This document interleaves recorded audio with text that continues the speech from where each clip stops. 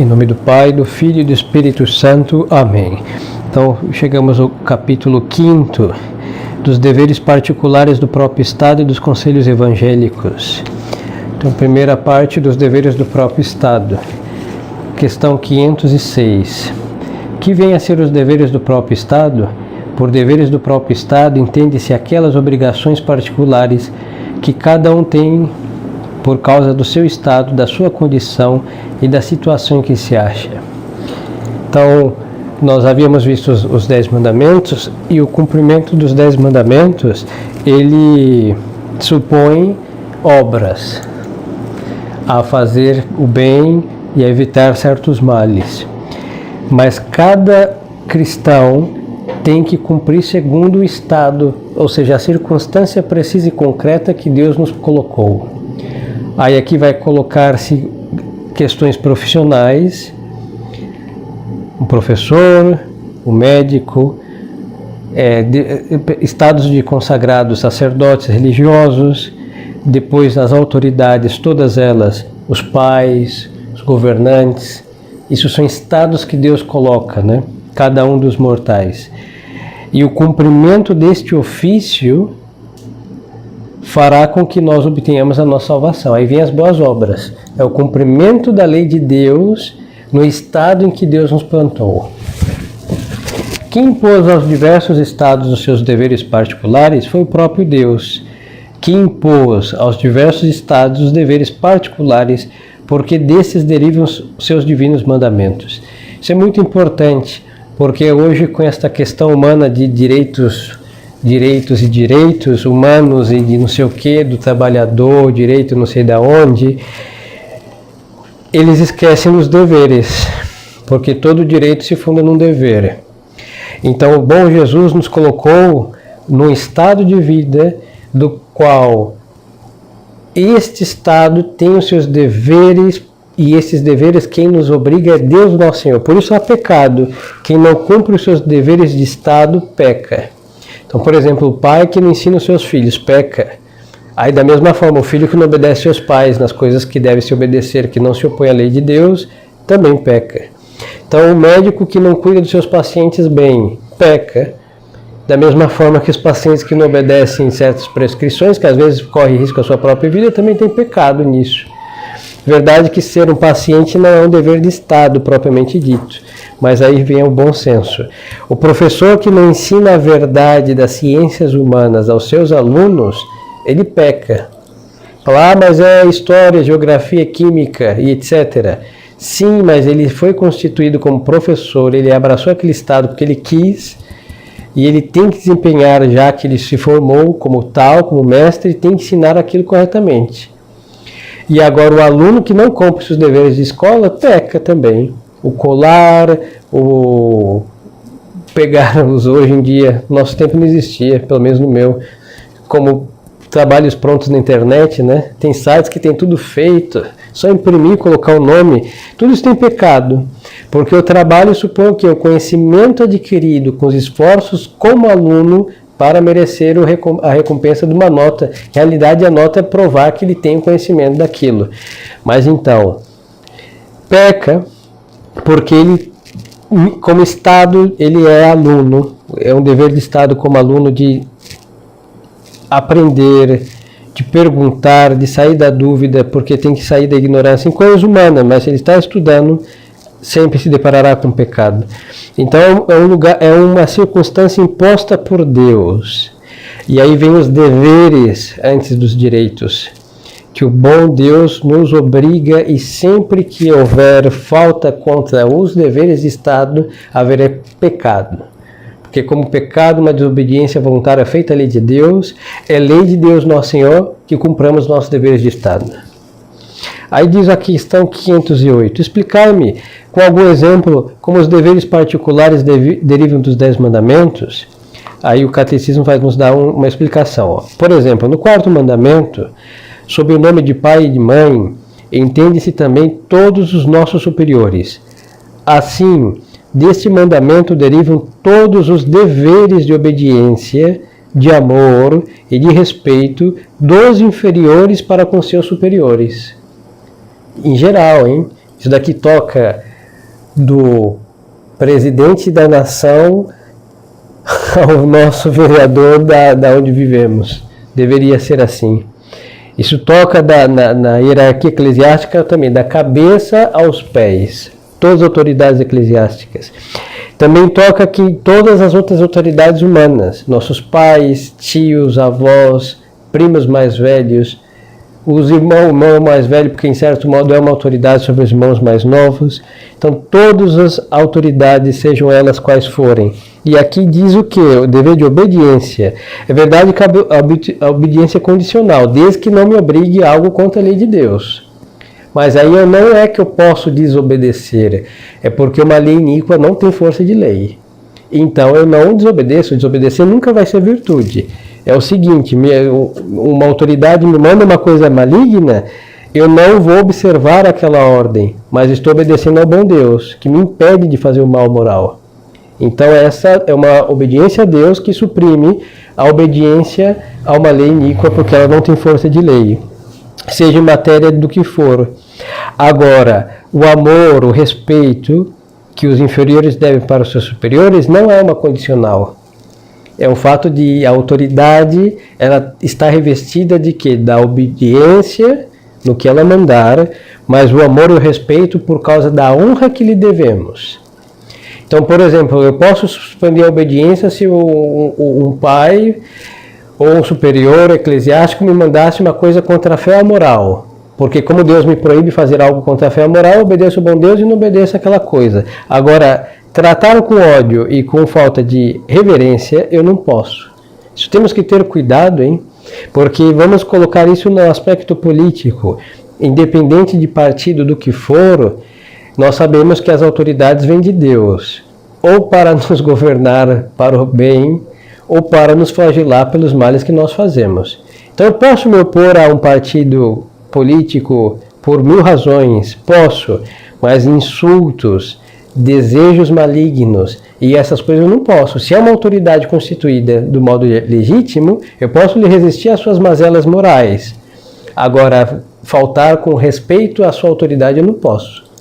Isso daqui é muito importante porque como nós vivemos num estado hoje bem complicado entre direita e esquerda, quando nós tínhamos no poder alguém da esquerda, que é maligno, é comunista, é uma desgraça, mas quantas mazelas em nome da verdade foram ditas ou desejadas a estas pessoas e que nós pecamos contra o respeito à autoridade. Porque eu posso combater as suas mazelas como político, com doutrina, por exemplo, quando o comunismo é condenado pela igreja, então eu posso atacar o PT com a liberdade do Filho de Deus, porque a igreja, no seu magistério, em Pio XI, condenou esta ideologia marxista, etc. Agora, ao ter um sujeito, por infelicidade nossa, que nos governa, eu não posso faltar com respeito à sua autoridade, desde que ela tenha chegado ao poder de modo legítimo. Mas posso lhe resistir, devemos, porque o comunismo é uma coisa maligna. A mesma coisa referente às autoridades eclesiásticas. Se são autoridades legítimas, postas para governar e não cumprem o seu ofício, eu posso combater o modernismo, devo, mas agora tenho que combater o erro com a verdade e falando de teologia sempre com caridade. Então certos insultos e certas coisas sobram. Porque isso é um grande, principalmente no meio tradicional, é um grande excesso.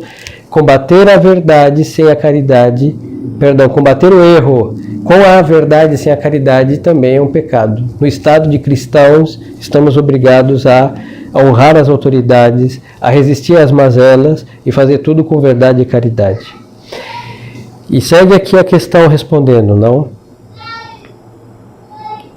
Derivam todos os deveres de obediência, de amor e respeito dos inferiores para com seus superiores, todos os deveres de vigilância que têm os superiores sobre os seus inferiores. Então há um dever do inferior para com o superior, honrar, obedecer e amá-los. O amar é o querer o bem, não pede os sentimentos nobres do coração humano, só desejar-lhe o bem. Agora, da parte dos superiores para com os inferiores, deveres vigiar os seus inferiores. Aqui, por exemplo, quando o Estado busca pelo menos o bem comum, vinha a censura. O Estado deve censurar, sim, senhores. Hoje passa quem censura a verdade, né? É um grande mal. Mas o fato de censurar em si mesmo está errado? Não, senhores. Tem que censurar as mazelas. Por isso, a pornografia é censurada, a libertinagem censurada, os erros censurados deveriam ser. Mas hoje o poder de censura está censurando a verdade.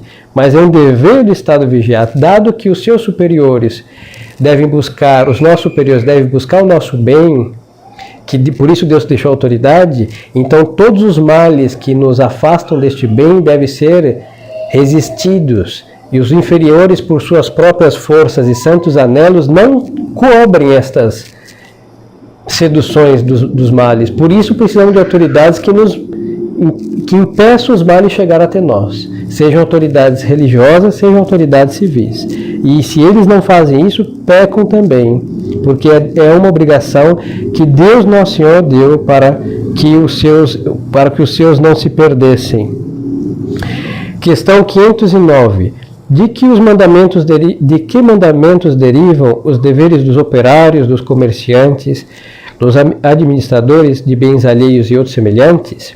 Aí vamos ver que aqui vai abarcar todos os mandamentos.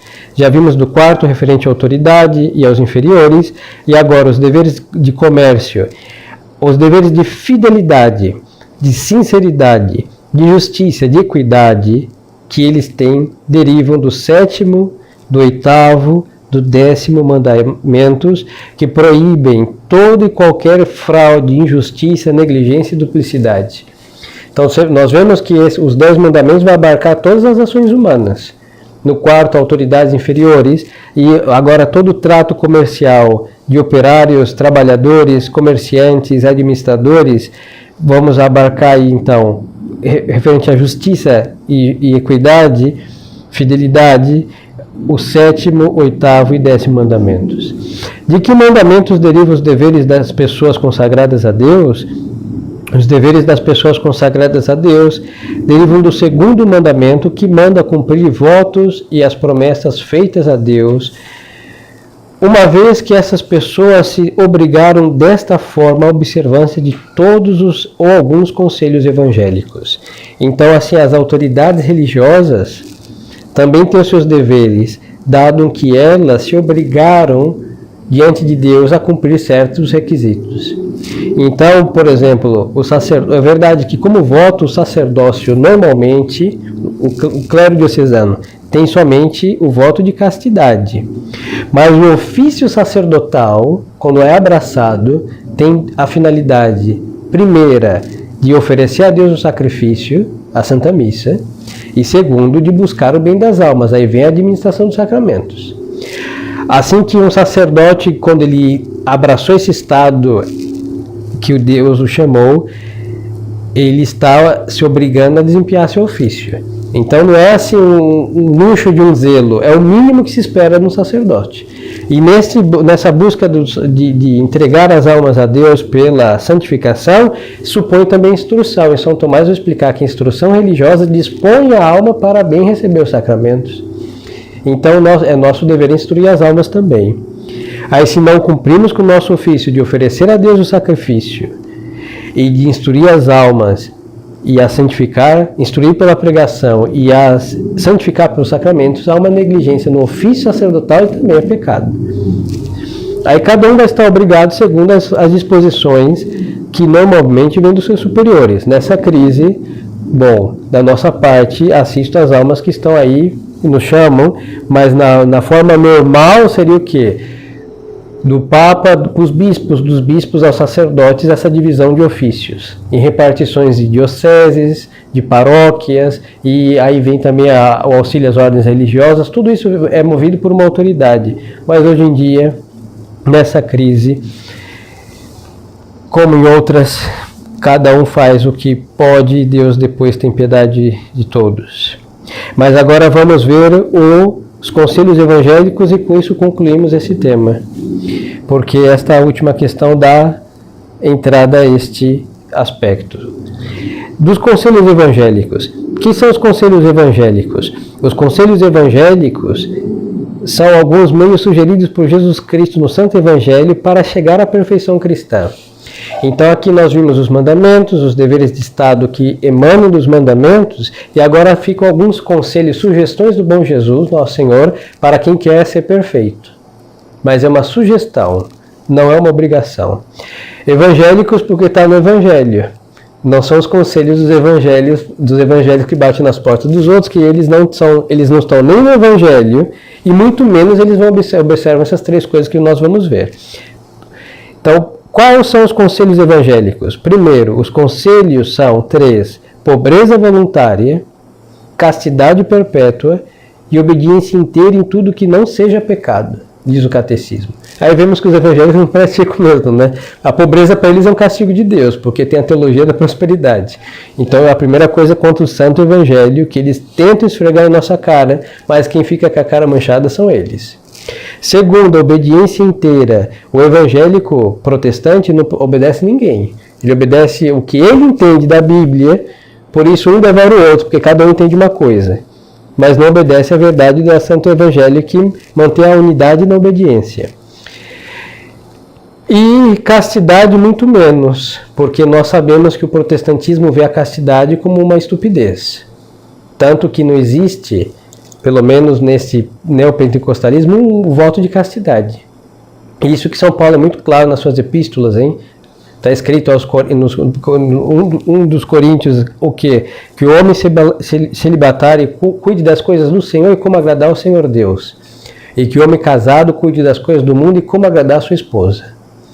Mas, bom, eles interpretam do jeito que lhes apraz, mas nunca conforme a letra. O que a letra quer dizer é exatamente o que acabamos de ouvir. Então, são conselhos propriamente católicos que emanam dos evangelhos, que viram na vida religiosa votos: obediência, pobreza e castidade. Mas só que na vida religiosa, votos, mas na vida do bom católico é o espírito de pobreza. Por exemplo, mesmo sendo milionário, nós vamos entender por que os reis santos tinham que praticar a pobreza. Porque é um conselho do evangelho.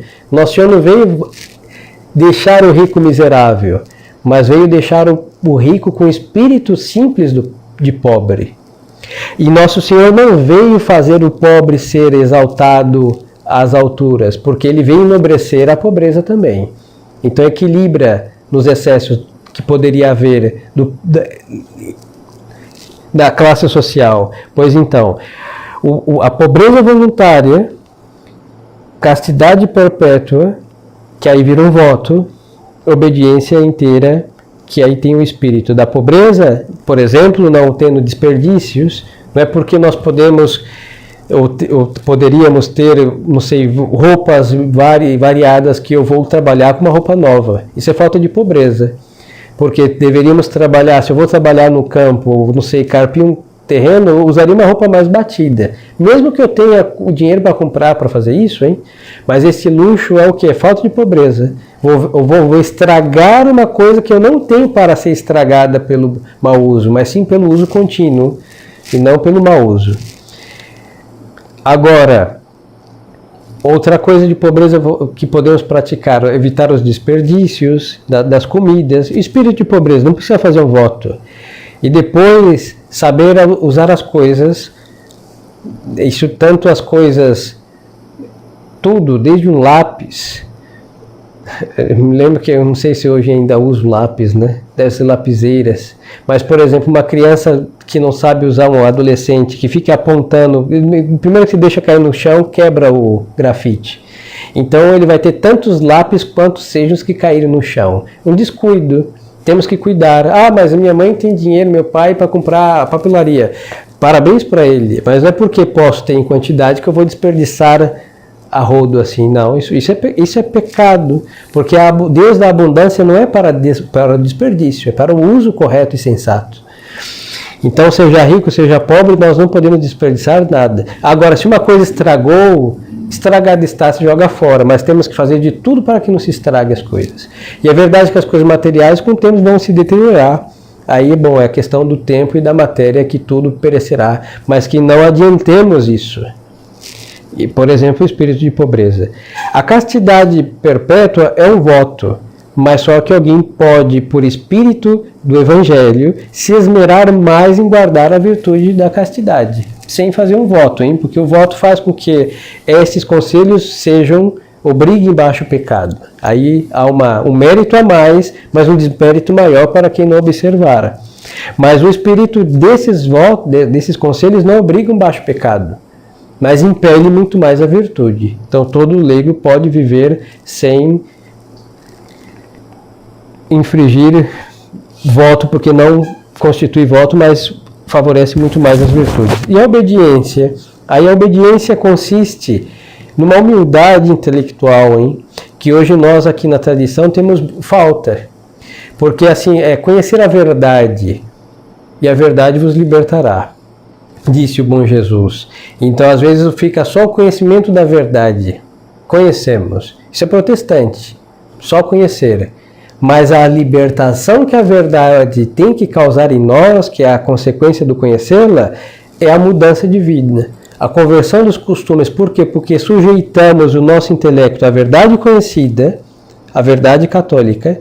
Agora, é hora de obrar segundo essa verdade, e ser coerente com o Evangelho de Nosso Senhor, com o magistério da Santa Igreja.